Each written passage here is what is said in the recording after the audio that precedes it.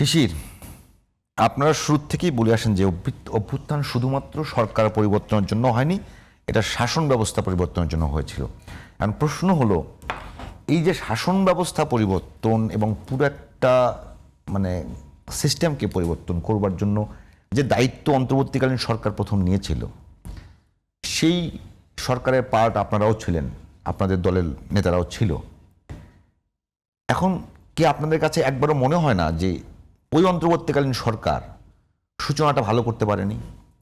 যে যাদের ডাকে মানুষ জীবন দিয়েছে, রক্ত দিয়েছে, নিজে পঙ্গুত্ব বরণ করেছে, তারা তাদের জন্য ন্যায় বিচার করতে পারেনি। ইভেন এমনও অভিযোগ এসছে যে অভ্যুত্থানের সঙ্গে সম্পৃক্তরা অনেকে দুর্নীতির সঙ্গে জড়িয়ে গেছেন। সেগুলোর কারণে কি আজকের এই অবস্থা নয়? আমি আপনার এই প্রশ্নের উত্তরে বলবো, অন্তর্বর্তীকালীন সরকার আমাদের প্রথম পছন্দ ছিল না। আমাদের প্রথম পছন্দ ছিল বিপ্লবী সরকার।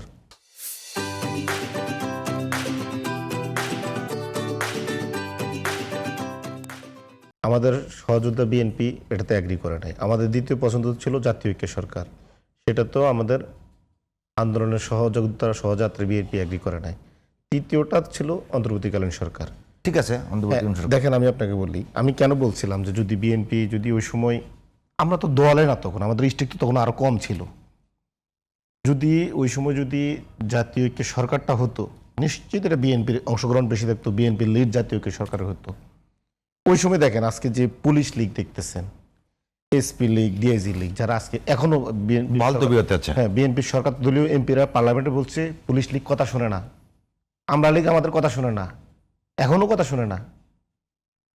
এই যে ধরুন মিডিয়া লীগ, সম্পাদক লীগ, সিএনএ লীগ, সাংবাদিক লীগ, আপনার কালচারাল লীগ, বিচারপতি লীগ, বিচারক লীগ, এই যে যারা দেশটাকে এই ফেসিবাদী কাঠামোর একদম দৃশ্যমান, একদম আমি মোটা দাগে দৃশ্যমান জিনিস বললাম, এগুলো যদি আমরা জাতীয় ঐক্য সরকার করতে পারতাম এবং সেটা যদি বিএনপির লিড জাতীয় ঐক্য সরকার হতো, এই 3 মাসের মধ্যে আমরা এগুলো দূর করতে পারতাম।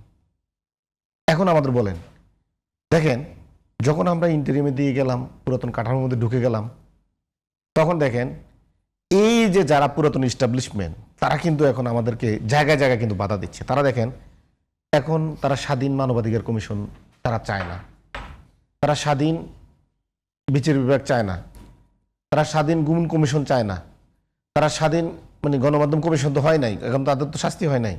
আপনি কি দেখেছেন এই ইন্টারিম সরকার বা বিএনপি সরকার এখন পর্যন্ত বিচারপতি লীগ, বিচারক লীগের কোনো ধরনের কাউকে শাস্তির আওতা নিয়ে আসছে?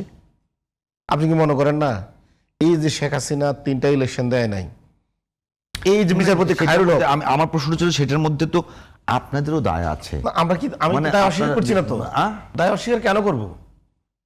আমরা তো পারি নাই, সম্মিলিত সিদ্ধান্তই তো আমরা পারি নাই। এখন নাহিদ ইসলাম, আসিফ মাহমুদ সজীবিয়া ওই সরকারে গিয়েছে, নিশ্চিত তারেক রহমানের সহ বিএনপি জামাতের সবার কনসার্ন নিয়ে তো ঐক্যমত্যের ভিত্তিতে তো গিয়েছে, একা একা তো তার যায় নাই, বিএনপি তো কিছু লোকজন দিয়েছে, সবাই মিলে তো দায় নিতে হবে। আমি কি বলছি কখনো, আমি কি বলতে যাবো যে ইন্টারিম যতটুকু ব্যর্থ হয়েছে দায় আমাদেরও নাই? কেন আমাদের থাকবে না? আমরা তো এখানে অংশগ্রহণ করেছি। এখন দায়টা আসলে আমরা যেটা বলতেছিলাম, আজকে দেখেন আমি ওই জিনিসটাই বলছি, তারেক রহমান সাহেব একই ডাক দিচ্ছেন, আসেন আমরা এক হই, কিন্তু তখন যদি আমরা এক হইতে পারতাম, আপনি 1947 সালে এই যে হিন্দু জমিদার এবং ব্রিটিশদের থেকে আমরা একটা ভূমি পাইলাম, 71 সালে আমরা একটা যুদ্ধ করে একটা পরিবেশ পাইলাম। আপনি যদি ওই 2টা বড় ঘটনা দেখেন আর জুলাই দেখেন, ওই 2টা থেকেও জুলাই ছিল আমাদের সংস্কার করার জন্য, রাষ্ট্র মেরামত করার জন্য, পুরাতন ফেসিবাদী কাঠামো ভাঙার জন্য অনেক গুণ বড় সুযোগ। আপনি 47-এর যে সেটেলমেন্ট, ওটাতে আপনি ব্রিটিশ ইস্টাবলিশমেন্ট ভাঙতে পারতেন না, কারণ আপনি ওই সময় যুদ্ধ করেন নাই। ব্রিটিশ ইস্টাবলিশমেন্টের মধ্যে থেকে আপনি কিন্তু একটা রাষ্ট্র পাইছেন। 71-এ আপনি পাকিস্তান থেকে মুক্তি পেয়ে কিন্তু ভারতের পেটে ঢুকে গেলেন, স্বাধীন হতে দিল না, ইচ্ছা করে ভারত আপনাকে করায়ত্ত করে ফেললো, করত করে ফেললো।